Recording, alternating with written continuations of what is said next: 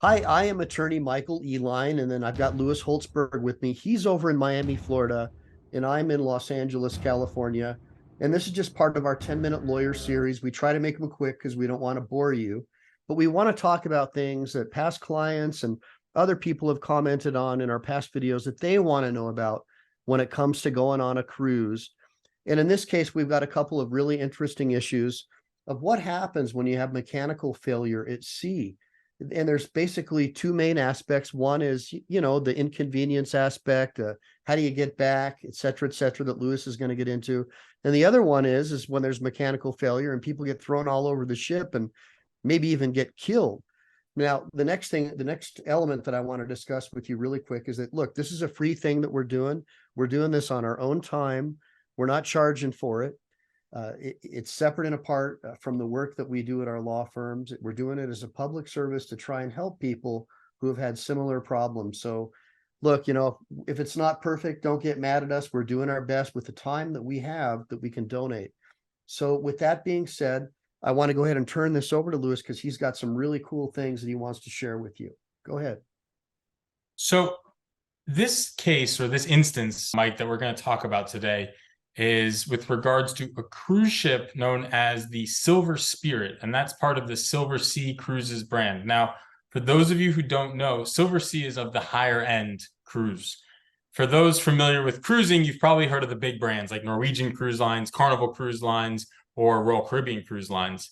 These brands are the general offerings, and the ones that, frankly, the ones I go on, I'm sure the one Mike goes on, but there are these other brands, and they're sort of higher end. They are more exclusive and obviously more expensive, and they're meant to offer the passengers basically the biggest offering is that the cruises are smaller, so they're not these mega ships, and also the ratio of passenger to crew is higher, meaning there's more crew members attending to your every needs. So these passengers are expecting a certain level of service. Well, it seems like in this instance, the Silver Spirit did not deliver. What actually happened was a mechanical issue, and during the sailing, the engines seemed to have failed and the vessel needed to be towed back to port. Now, this can be problematic for a variety of reasons. First, while you're stranded out at sea and the systems are not working, the vessel has generators on board, and those generators are running contemporaneous with the engines.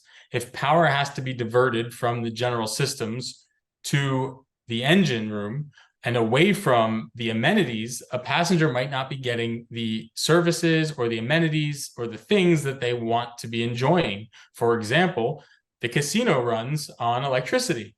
And so if you're diverting power to the crucial systems, you're diverting it away from those fun things that we all love to do on cruises. Secondly, while you're stranded out at sea, waiting for your tow, you might be delayed and you might be missing out on certain ports.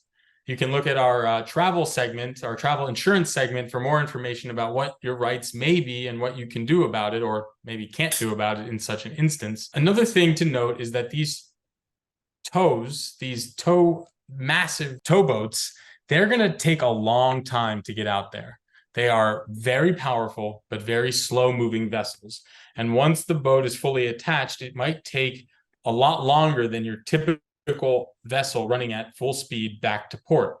These delays could cause you not only to miss your promised ports of call, but your return destination, which if you have flights or other travel plans that were contemporaneous with your sailing, you could potentially have to be rebooked and use your travel insurance or use your other options to get home. Generally, you'd be booking last minute flights and all sorts of other accommodations in this sort of situation. Another interesting fact about these mechanical issues, there are a variety of different engines that are used. Many of them are of similar systems. Now, I've actually read about recently that they're switching away from the diesel engines or the oil-based engines and converting to natural gas or liquid natural gas. And those systems are going to be on the seas shortly. But with regards to the vessels that are at sea currently, there have been instances where if one of the engines fails, but the others do not, it creates what's called a listing event, And for those who are not familiar with this type of language, imagine that you're sailing in a straight line and all of a sudden the boat lists, meaning tilts, directly to one side. These events can be sudden, they can be dramatic, and you could have tilts as great as 45 degrees. Now, first and foremost, things go flying, including passengers. It also causes equipment, furniture, and other projectiles to go flying in this same moment. This is a very dangerous situation. And if you are not seated, and even in some instances I've heard of where you are seated, passengers can become injured. And at the same time, there's very little the crews can do to right the ship immediately. So if you are injured, your ability to, for example, use an elevator or go down the stairs to the infirmary and get immediate medical care is highly limited until the ship is righted.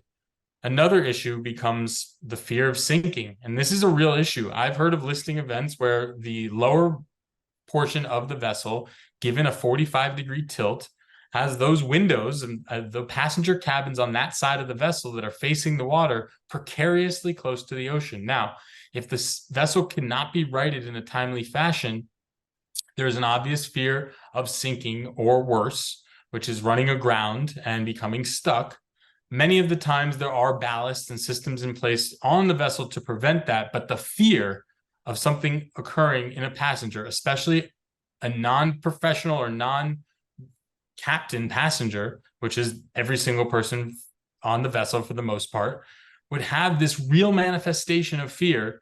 And I've seen these instances. My recommendation to those passengers who've ever in an instance like this is you do seek the help of a mental health professional or some sort of psychologist or psychiatrist in this instance. It's important to talk through these issues, and I have seen the dramatic effect these types of injuries and instances can have on passengers and crew.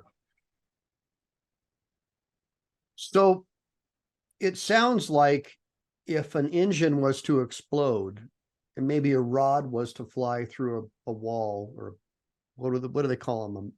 Not a portal, but a bulkhead. Went through a bulkhead and killed someone. How would that work? Would the mechanics be liable? Would the cruise ship be liable? How would you deal with something like that? Well, it depends first where the vessel is and who the injured party is. If we're talking about an engine failure, typically there are engineers in the engine room. Passengers are not privy to these areas of the ship. So in an instance like that, you're probably talking about injury or death to a crew member. And those crew members would have rights under their employment contract or their collective bargaining agreement or both. And then it matters where the vessel is. And the issue with that is whether certain laws are implicated. For example, the Death by Seas Act or the Athens Convention in Europe. So it would depend on the jurisdiction of the vessel at the time and the standing of the injured party relative to whether they're a passenger or crew. Got it. Now, on that note, because we're running out of time and we want to keep it under 10 minutes if possible, anybody who has any further questions, put it in the comments. If you want us to expand upon any of these answers, we'd be more than happy to type them in or come up with a follow-up video. Please make sure to like and subscribe. Any questions in the comments? This is to be continued, and we're on to our next video. Thank you. Thank you, everyone.